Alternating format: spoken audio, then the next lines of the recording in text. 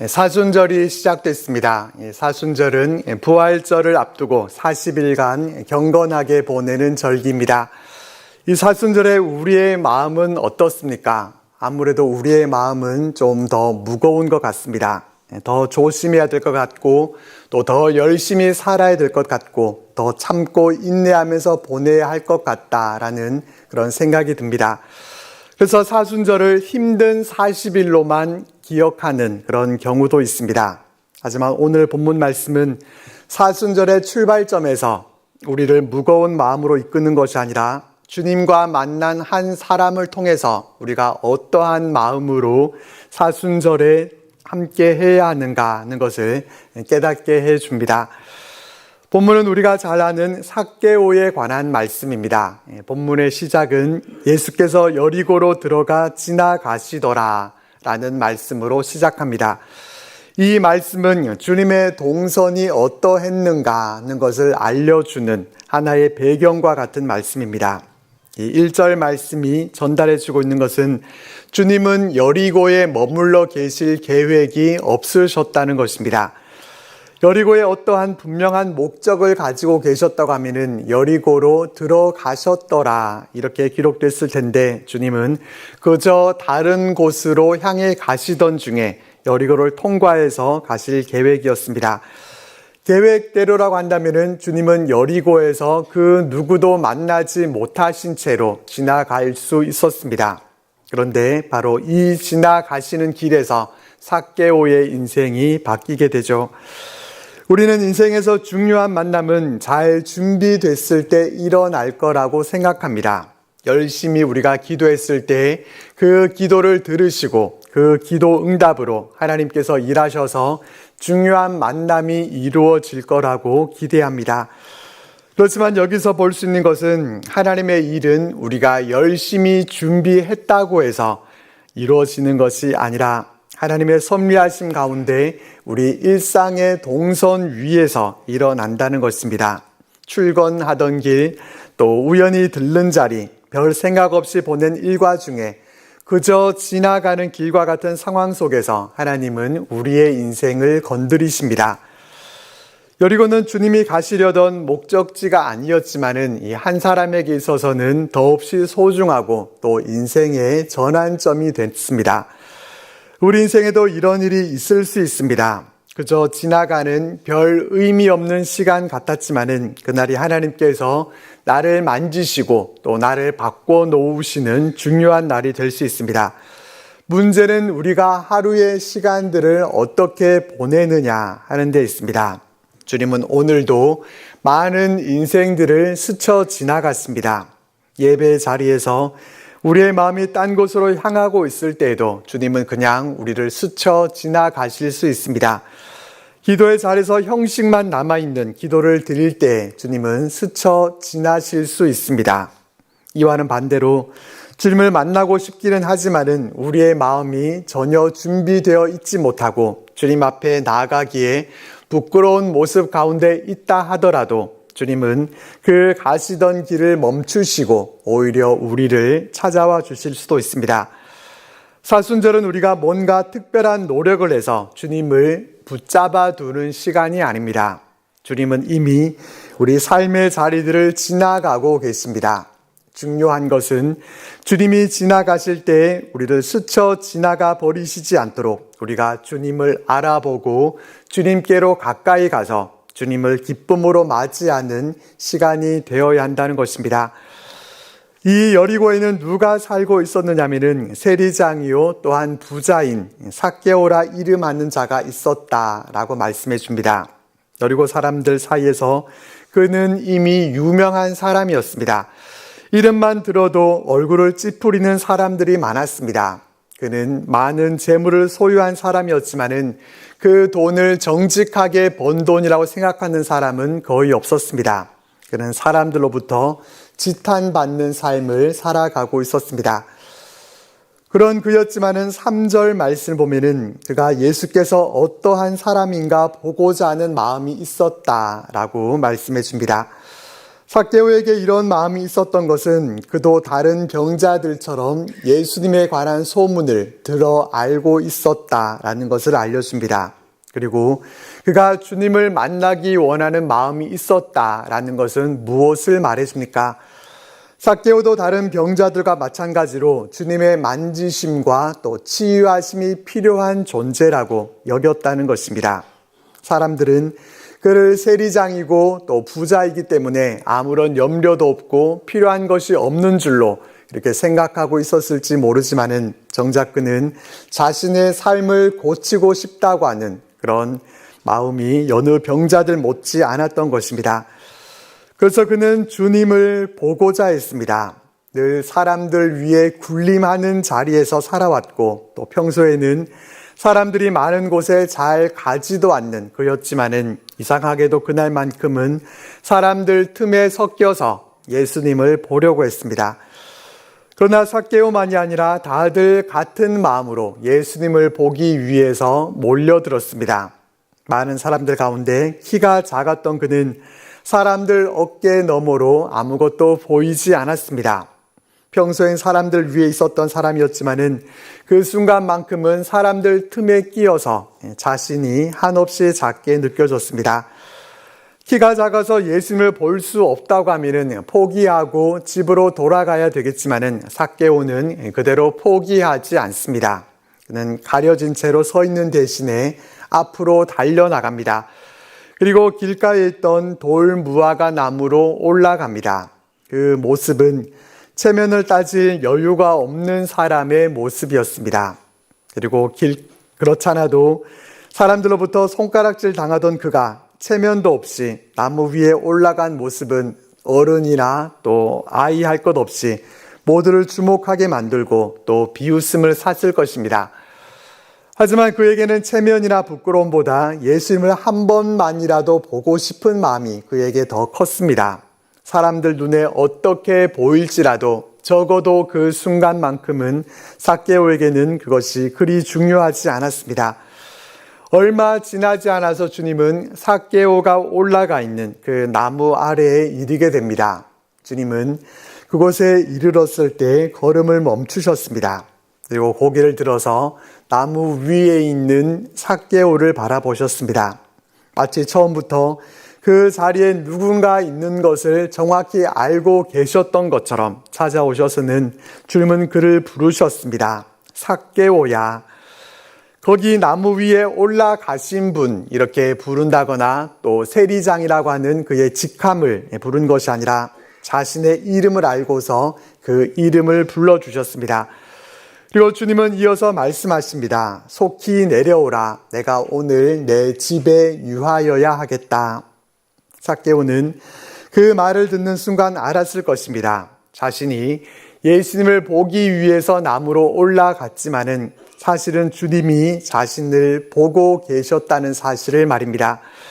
사람들의 눈을 피해서 조용히 예수님만 보고 싶어서 나무 위로 올라갔던 것 뿐이었지만은 정작 예수님의 시선은 처음부터 그에게로 향하고 있었다라는 것을 그는 확실히 느낄 수 있었습니다. 여리고에 모였던 수많은 사람들 가운데서 키도 작아서 사람들 틈에서 보이지도 않던 한 사람이 예수님의 시선 안에 들어온 것입니다. 우리가 잘 알고 있는 예수님과 삭개오가 만나는 이 장면에서 우리가 생각해 보려고 하는 것은 어떻게 주님과 삭개오가 만나게 됐는가 하는 것입니다. 주님은 왜 돌 무화과 나무 아래에 멈춰 서셔서 이 삭개오에게 말씀하셨겠습니까? 여리고에 몰렸던 수많은 사람들이 있었는데 그 사람들 가운데 왜 굳이 이 삭개오를 만나 주셨겠습니까? 주님이 삭개오에게로 멈춰 서신 이유는 삭개오의 행동이 아니라 그의 방향을 보셨기 때문입니다. 사람들은 어떠했습니까? 사람들은 삭개오의 그 현재의 모습, 그의 상황과 위치를 봤습니다. 그는 부자였고 세리장이었고 또한 죄인이었습니다. 이미 많은 것을 가진 사람이었지만은 그는 사람들로부터 인정받지 못하는 그런 삶을 살아가고 있었고 또 다른 사람들은 알지 못하는 상처를 갖고 있었고 주님을 만나보고 싶어하는 인생의 갈증을 갖고 있는 사람이었습니다. 그러나 주님은 그의 현재 상태보다 그가 향하고 있는 방향을 보셨습니다. 삭개오가 나무 위로 올라갔던 것은 단순한 호기심 때문이 아니라 인생의 방향이 바뀌고 있었다는 것입니다. 이전에는 부유함만 있으면 되고 자신의 육신이 그저 잘 먹고 잘 살기만 하면 될 것처럼 생각했었지만은 그는 영적인 갈급함이 있었고 그것이 그를 나무 위에 오르게까지 했습니다. 삭개오가 나무에 올라간 것은 주님께 대한 확실한 믿음과 또 거창한 회개의 마음을 가지고 내가 이제 새 사람이 되겠다라고 하는 그런 비장한 신앙의 결단을 하고서 올라간 것이 아니었습니다. 그저 예수님이 보고 싶어서 나무 위로 오른 것뿐이었습니다. 하지만 그가 나무에 올라간 것은 단지 재미 삼아서라거나 자신의 작은 키 때문만은 아니었습니다. 그의 마음이 예수님께로 향하고 있었기 때문입니다. 사람들은 삭개오를 수전노 취급했지만은 주님은 그가 무엇을 향해 움직이고 있는지 그의 방향을 보셨습니다. 우리의 인생은 어느 날 갑자기 바뀌지 않습니다. 죽었다 살아나는 그런 특별한 경우가 아니고서는 그런 일은 없습니다. 우리의 삶은 어느 한순간에 바뀌게 되는 것이 아니라 그 전에 방향부터 먼저 바뀝니다. 다른 사람들은 삭개오의 이 마음을 알 리 없지만은 주님은 삭개오의 마음을 주목하셨습니다. 그의 몸은 여리고 거리에 있었지만은 그의 마음은 예수님을 향해서 움직이고 있었습니다. 예수님이 멈춰 서셨던 것은 삭개오가 이미 완전한 사람이어서가 아니었습니다. 나무에 올라간 행동이 대단해서가 아니었습니다. 그의 인생이 주님을 향해 돌아서기 시작한 그 방향을 보고 계셨기 때문이었습니다. 우리도 마찬가지입니다. 신앙은 완성된 모습으로 우리가 주님 앞에 서는 것이 아니라 방향을 돌려서 주님 쪽으로 움직이기 시작하는 것입니다. 사순절에 우리는 더 온전해지기 위해서 애쓰기보다 우리의 마음의 방향을 주님께로 맞추는 시간이 되어야 합니다. 중요한 것은 현재의 상태가 아니라 방향입니다. 완벽하게 뭔가를 잘 갖춘 후에 우리가 주님께로 향하는 것이 아니라 우리의 마음의 방향을 먼저 주님께로 돌리는 모습이 필요합니다. 사순절 동안 우리의 마음이 다른 곳으로 향하고 있지는 않은가 하는 것을 우리가 잘 점검해보고 주님께로 우리의 마음의 방향을 잘 맞추실 수 있기를 바랍니다. 둘째로 주님이 멈춰 서신 이유는 삭개오를 고쳐야 할 문제로 보지 않으시고 불러야 할 사람으로 보셨기 때문입니다. 오늘 본문에서 주목하게 되는 것은 주님은 삭개오의 잘못을 드러내시거나 하지 않으시고 그의 이름을 불러주셨다는 점입니다. 주님은 나무 위에 올라가 있던 사람을 향해서 내려오라고 말씀하시면서 정확히 그의 이름을 부르셨습니다. 사람들은 삭개오의 이름대로 불러주지 않았을 것입니다. 우리는 우리가 미워하고 있는 사람이 있을 때 어떻게 합니까? 그 사람의 이름을 부르기보다 별명으로 부를 때가 더 많습니다. 이름 자체를 아예 부르고 싶지 않기 때문입니다. 삭개오 역시 마찬가지였을 것입니다. 세리장 저 인간, 저 부자 세리장, 저 매국노 녀석, 제일 좋게 말하는 것이 이 정도였을 것이고 여리고 사람들이 정말 부르던 별명대로 부르러 가면은 이 강단에서는 도저히 말할 수 없을 수준의 별명으로 불렸을 것입니다. 그에게는 죄인이라고 하는 딱지가 항상 늘 붙어 다녔고 사람들은 그 딱지를 보면서 그를 불렀습니다. 그러나 주님은 그의 이름을 불러주셨습니다. 이름을 부른다고 하는 것은 그 사람의 존재를 존중해 준다라는 그런 의미가 있습니다. 만약에 주님이 삭개오의 이름을 부르지 않으시고 나무에 올라간 한 사람으로만 여기시고 그의 이름에 대해서는 관심도 없이 그가 잘못한 일들을 쭉 읊으셨다고 하면 어떻게 됐겠습니까? 그의 이름이 아니라 그의 죄의 목록을 열거하셨다면 어떻게 됐겠습니까? 그의 삶에는 아무런 변화도 일어나지 않았을 것입니다. 정죄는 사람을 변화시키지 못합니다. 형벌이 사람의 인생을 바꿔놓지 못합니다. 주님은 삭개오의 과거, 그가 저지른 잘못들, 다른 어떠한 것을 언급하지 않으시고 그의 이름을 불러주시면서 한 존재로 부르셨습니다. 이것이 그에게는 어떤 처벌보다도 더 충격적인 그런 하나의 터치로 다가온 것입니다. 그에게는 정죄를 통해서 죄책감이 생겨나게 될 때 시작되는 것이 아니라 한 사람이 그의 존재를 존중받을 때 시작됩니다. 주님은 삭개오의 죄를 발견하시고 그 죄인을 정죄해서 의인으로 만들기 위해서 멈춰서지 않으셨습니다. 주님이 멈춰서신 것은 그의 이름을 불러주시기 위해서였습니다. 사람들의 냉대 속에서 멸시받고 그 이름조차도 불려지지 않는 그런 외로움과 고립감에 갇혀있는 그를 보시고 그를 존중하고 높여주시기 위해서 멈춰 서셨습니다. 그의 존재를 아시고 그의 존재를 어루만져 주셨습니다. 내 이름 아시죠? He knows my name 이라는 찬양이 있습니다. 나를 지으신 주님, 내 안에 계셔. 처음부터 내 삶은 그의 손에 있었죠. 내 이름 아시죠? 내 모든 생각도, 내 흐르는 눈물 그가 닦아주셨죠. 라는 가사의 찬양입니다. 이 찬양은 토미 워커 목사님이 가사를 쓰셨습니다. 이 목사님이 필리핀의 고아원에 갔을 때 한 아이를 만나게 됩니다. 아이는 계속해서 목사님을 따라다니면서 자신의 이름을 아느냐 그렇게 물어봅니다. 왜 이 아이는 매번 만날 때마다 이렇게 같은 질문을 되풀이할까 이렇게 생각을 하다가 목사님은 깨닫게 됩니다. 고아로 자라난 이 아이는 누군가 자신의 이름을 불러주기를 원한다는 것을 깨닫게 된 것입니다. 워커 목사님이 하나님이 자신의 이름과 또 필리핀에 있는 그 고아의 이름도 기억하고 사랑하신다는 것을 깨닫고 지은 찬양이 바로 이 내 이름 아시죠? 라는 찬양입니다.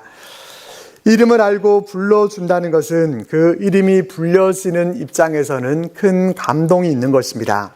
그 감동이 삭개오의 마음을 움직였습니다. 우리는 어떻습니까? 한 사람을 볼 때 그 이름을 먼저 봅니까? 아니면은 그 딱지를 먼저 봅니까? 우리는 그의 이름이 아니라 저 인간, 저 양반 이렇게 우리는 부르고 있지는 않습니까? 세상 사람들이 우리를 어떻게 부르든 사람들이 우리에게 어떤 딱지를 붙이든 주님은 우리의 이름을 아십니다. 실패한 이름이나 부끄러운 별명이 아니라 내 이름과 내 존재를 아시고 나를 사랑으로 불러주십니다. 우리가 주님께 나아갈 수 있는 것은 우리가 뭘 잘한 게 있어서가 아니라 주님이 우리의 이름을 아시고 또 우리를 불러주시기 때문입니다. 사순절 동안에 우리는 우리의 이름이 아닌 다른 꼬리표들은 주님 앞에 모두 다 내려놓고 정죄의 목소리가 아니라 사랑으로 우리를 부르시는 주님의 그 음성에 귀 기울일 수 있기를 바랍니다. 주님의 사랑의 음성을 듣고 주님을 기쁨으로 영접하는 복된 우리들의 삶이 되시기를 바랍니다. 마지막으로 주님이 멈춰 서신 이유는 삭개오를 바꾸기 위해서가 아니라 삭개오가 바뀔 수 있는 자리를 만들어 주시기 위해서였습니다. 주님은 삭개오를 회개하도록 만들지 않으시고 회개할 수 있는 환경을 만들어 주셨습니다. 예수님은 삭개오의 집에 유하겠다라고 하시면서 어떤 조건을 내세우셨습니까? 어떻게 하면은 내가 오늘 내 집에 가서 하루 숙박하겠다 그렇게 말씀하셨습니까? 주님은 아무런 조건도 내걸지 않으셨습니다. 그 이름을 불러주시고 속히 내려오라고 하시면서 내가 오늘 내 집에 유하여야 하겠다라는 이 말씀밖에 하지 않으셨습니다.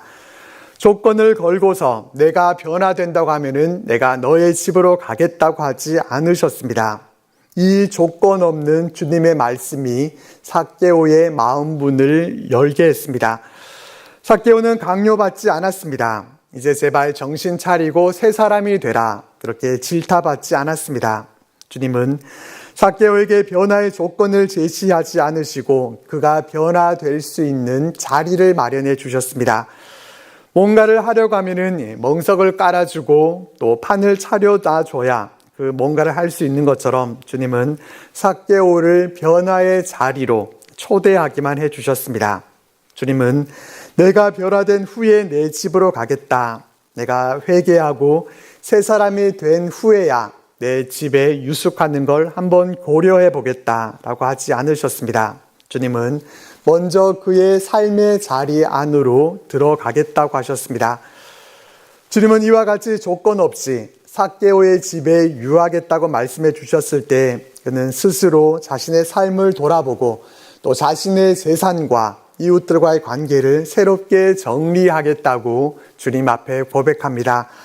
주여 보시옵소서, 내 소유의 절반을 가난한 자들에게 주겠사오며 만일 누구의 것을 속여 빼앗은 일이 있으면 내 갑절이나 갚겠나이다. 진정한 변화는 압박으로 이루어지지 않습니다. 한 존재로 받아들여지고 사랑받고 있음을 느끼면서 마음이 열릴 때 그 열린 마음으로 스스로를 돌아볼 여유가 생길 때 시작됩니다. 주님은 우리가 변화되기를 요구하시고 압박하지 않으십니다. 예수님은 사람을 바꾸라고 밀어붙이지 않으시고 사람이 바뀔 수 있는 자리를 만들어 주십니다. 변화는 조건이 아니라 관계 안에서 시작됩니다. 주님은 바뀌면 오라가 아니라 지금 오라고 부르시는 분이십니다. 변화는 주님께 가기 위한 조건이 아니라 주님과 함께 있을 때 생기게 되는 열매라는 것을 우리는 기억해야 합니다. 삭개오의 회개는 주님이 위대한 설교를 하셔서 그것을 듣고 한 것이 아니었습니다. 주님의 따뜻한 사랑의 음성, 그를 환대해 주는 주님의 사랑이 그를 바꿔놓았습니다. 예수님이 멈춰 서신 것은 하루 유숙할 곳이 필요해서가 아니라 삭개오를 만나주시고 그를 아브라함의 자손, 구원받은 백성이라고 선포하시기 위해서였습니다. 오늘 구원이 이 집에 이르렀으니 이 사람도 아브라함의 자손이미로다. 인자가 온 것은 잃어버린 자를 찾아 구원하려 함이니라. 주님은 삭개오에게 이와 같이 말씀하셨습니다. 주님은 삭개오 한 사람을 구원하시기 위한 분명한 구원 계획을 가지고 멈춰 서셨던 것입니다. 그러므로 사순절은 우리가 스스로를 고쳐서 주님 앞에 설 자격을 만드는 시간이 아닙니다. 사순절은 주님께서 우리 인생의 길목에 멈춰 서셔서 우리를 바라보시고 우리의 이름을 불러주시면서 변화가 일어날 수 있는 자리를 먼저 만들어 주시는 시간입니다. 주님은 우리의 완성된 어떠한 모습이 아니라 우리 삶의 방향을 주목하십니다. 우리의 죄의 목록을 먼저 묻지 않으시고 우리의 이름을 불러주십니다. 우리의 결단을 먼저 요구하지 않으시고 먼저 우리의 삶의 자리로 들어오시기를 원하십니다. 오늘도 주님은 우리에게 새롭게 변화되고 나면은 내게로 오라 그렇게 말씀하지 않으십니다. 지금 오라고 부르십니다. 아직 정리되지 않은 삶, 여전히 부끄러운 자리, 또 사람들에게 들키고 싶지 않은 그 공간으로도 주님은 들어오겠다고 하십니다. 우리가 먼저 깨끗해져야 주님을 만날 수 있는 것이 아니라 주님이 먼저 우리 안으로 들어오시게 될 때 비로소 우리가 새로워집니다. 변화는 조건이 아니라 주님과 함께 머무를 때 자연스럽게 맺히게 되는 열매이기 때문입니다. 이 사순절에 우리는 무엇을 더 잘 해내겠다라고 하는 이런 다짐보다 주님이 내 인생의 어떤 자리로 들어오기를 원하시는지를 우리는 돌아봐야 합니다.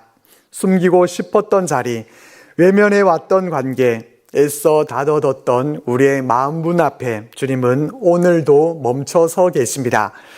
그리고 우리를 꾸짖기보다 우리의 이름을 부르십니다. 그리고 내가 오늘 내 집에 내 마음속에 유하여야 하겠다라고 말씀하십니다. 주님의 이 말씀 앞에 주님을 기쁨으로 초대하고 주님과 함께 거하면서 기쁨과 은혜를 누리는 복된 우리 모두의 삶이 되시기를 주님의 이름으로 축복합니다.